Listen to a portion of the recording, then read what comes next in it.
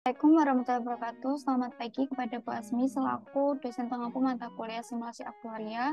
Kami dari kelompok 10 kelas B yang beranggotakan saya sendiri yaitu Polvin Nugraini NRP 06308 dan Ivan NRP 06353. Kami akan mempresentasikan yaitu perhitungan value at risk atau VAR pada aset tunggal Antam, TINS, Inco, dan portfolio dengan simulasi Monte Carlo. Untuk tabel of content dari presentasi kami hari ini yaitu ada pendahuluan, ada metode penelitian, ada hasil dan pembahasan, dan ada simpulan. Untuk bagian pertama yaitu pendahuluan, penelitian ini dilatar belakangi oleh mencapainya 9,78 juta orang yang telah terjun menjadi investor pada tahun ini. Berinvestasi khususnya pada instrumen saham diperlukan ketelitian lebih dalam memilih aset tunggal saham untuk menjadi portofolio sehingga mampu mendapatkan keuntungan yang diharapkan. Sesuai definisi dari investasi yaitu komitmen dari sejumlah uang atau sumber daya lainnya yang dilakukan saat ini atau present time dengan harapan memperoleh manfaat atau keuntungan di kemudian hari atau in future. Maka pemilihan aset investasi saat ini akan mempengaruhi keuntungan yang akan kita dapatkan di masa mendatang sehingga keputusan investasi menjadi proses yang sangat penting. Hal mendasar yang perlu dipahami dalam keputusan investasi adalah pola hubungan antara return yang diharapkan dan risiko suatu investasi. Pola hubungan risiko dan return yang diharapkan dari suatu investasi merupakan hubungan yang searah dan linear. Artinya, semakin besar risiko suatu investasi, maka semakin besar pula tingkat return yang diharapkan dari investasi tersebut dan sebaliknya. Pemilihan aset-aset yang akan dimasukkan pada portofolio merupakan evaluasi setiap sekuritas untuk mencari kombinasi portfolio yang efisien, di mana portfolio yang menawarkan return diharapkan yang tertinggi dengan tingkat risiko tertentu, dan tak kalah penting untuk mempertimbangkan prospek dari usaha. Di Indonesia sendiri, salah satu industri yang memiliki perkembangan dan prospek menjanjikan adalah industri pertambangan. Mengapa?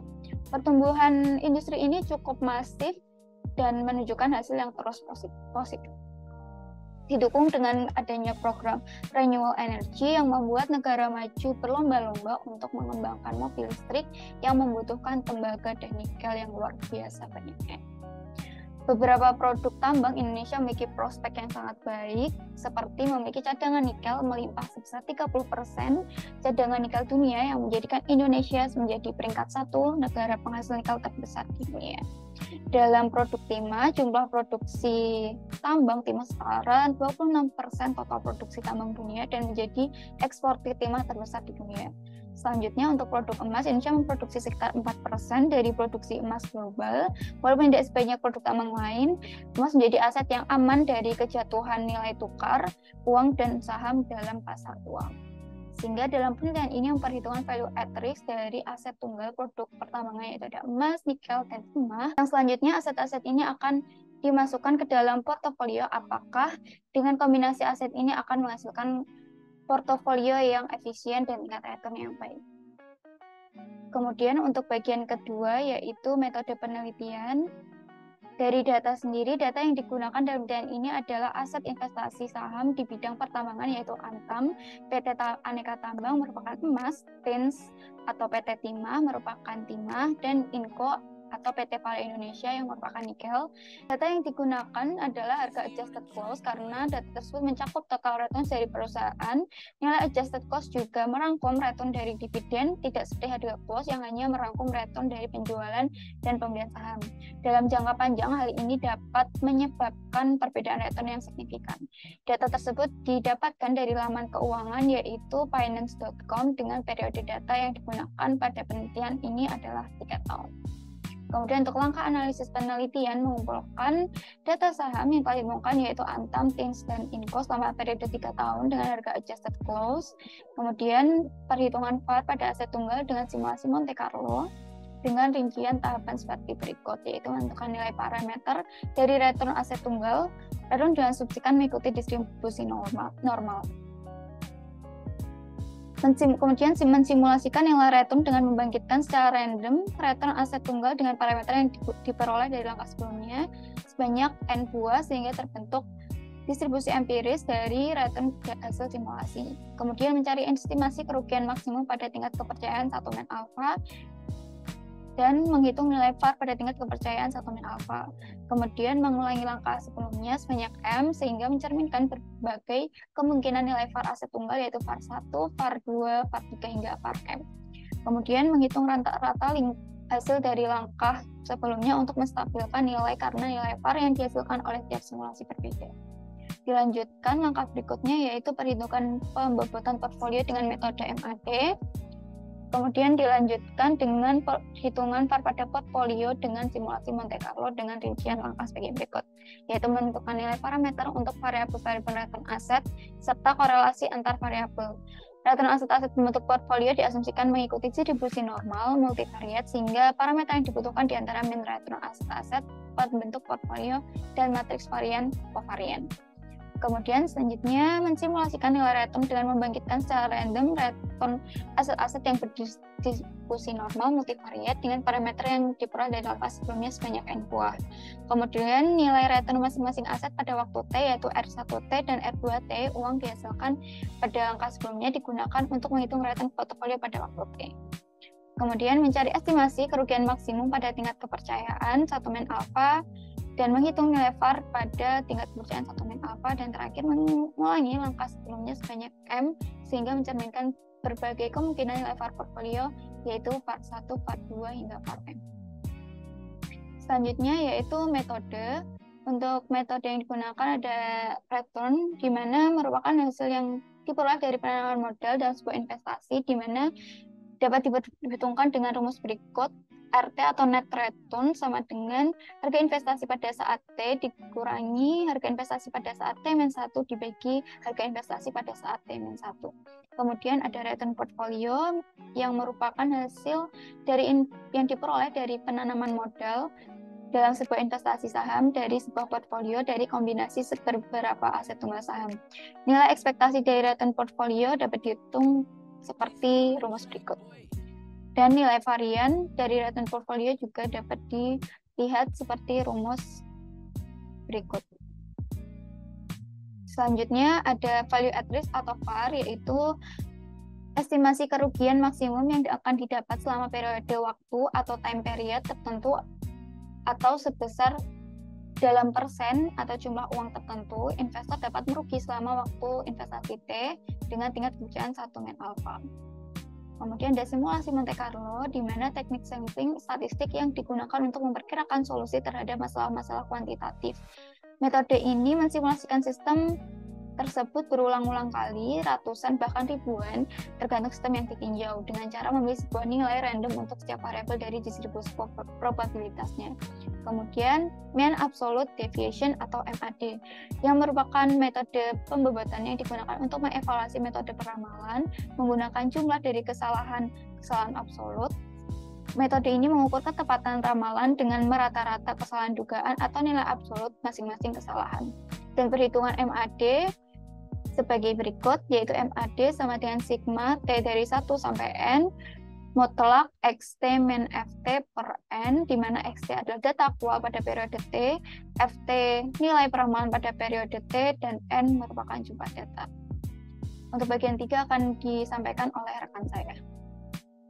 Baik, selanjutnya adalah bab 3 untuk hasil pembahasan. Yang pertama, kita akan melihat plot aset tunggal, yaitu dari masing-masing saham Antam, Tirta, Inco selama 3 tahun terakhir.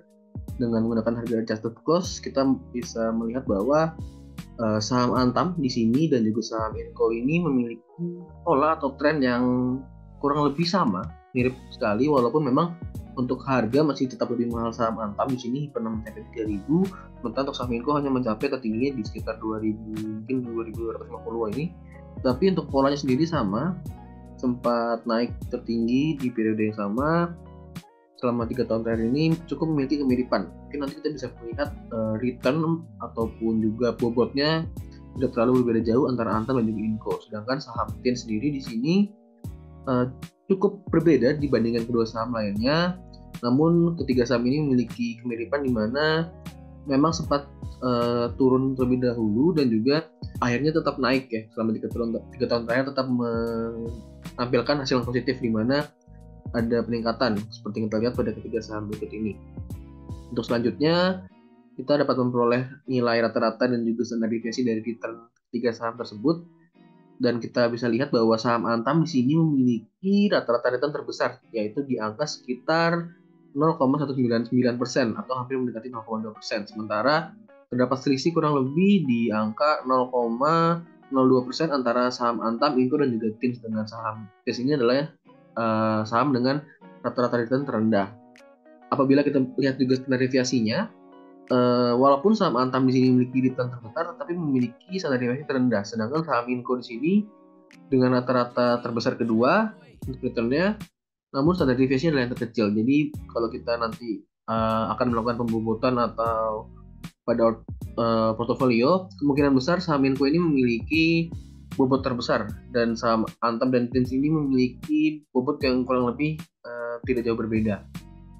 Lalu dengan kita melakukan simulasi untuk memperoleh nilai value at risk banyak 10.000 kali pada beberapa nilai alfa mulai dari 1% hingga 10% di sini, kita dapat melihat beberapa nilai value at risk. Nah, apabila kita lihat pada nilai alfa 5% atau tingkat kepercayaan 95%, diketahui bahwa nilai value at risk dari saham Inco di sini adalah yang terkecil apabila kita bandingkan dengan saham Antam dan juga pada saham TIMS dengan nilai 5,18%.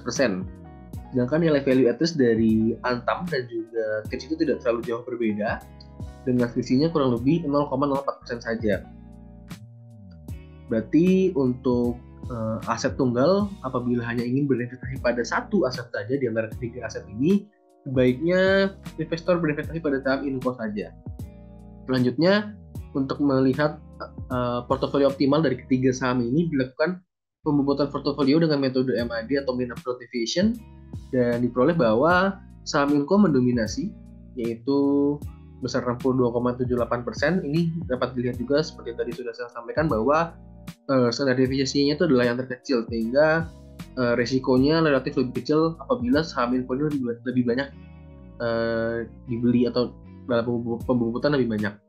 Untuk saham Antam dan TIMS tidak jauh berbeda, ada selisih sekitar 2,1% di angka 17,5% dan juga 19,6%. Lalu untuk returnnya sendiri kita bisa memperoleh rata-rata sebesar 0,17% dan juga standar deviasi di angka sekitar 3%. Lalu apabila kita menghitung nilai value at risk juga dengan simulasi switch 1000 kali dengan 5 nilai alfa tadi, yaitu 1% hingga 10% di sini, kita dapat melihat bahwa pada tingkat kepercayaan 95% ya, value at risk itu sebesar 4,959065%.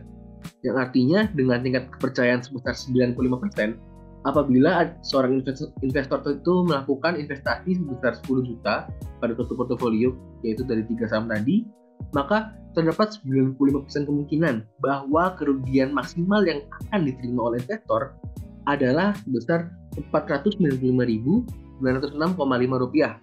Sedangkan peluang kerugian yang melebihi tersebut adalah sebesar 5%.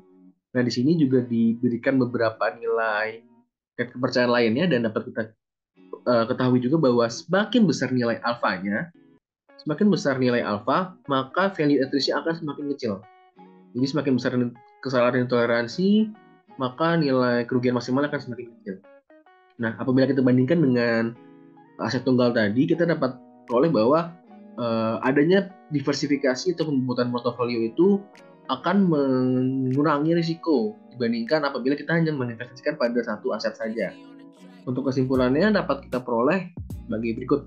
Yang pertama, pada tingkat kepercayaan 95%, terdapat peluang sebesar 95% bahwa kerugian maksimal seorang investor pada saham Antam saja adalah sebesar 5,920934%.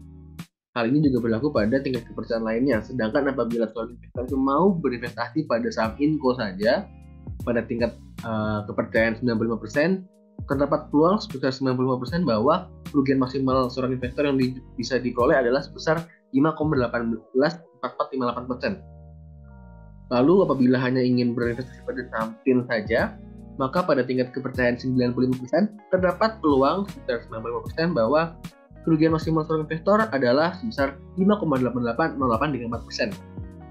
Hal ini juga berlaku apabila menggunakan tingkat kepercayaan lainnya.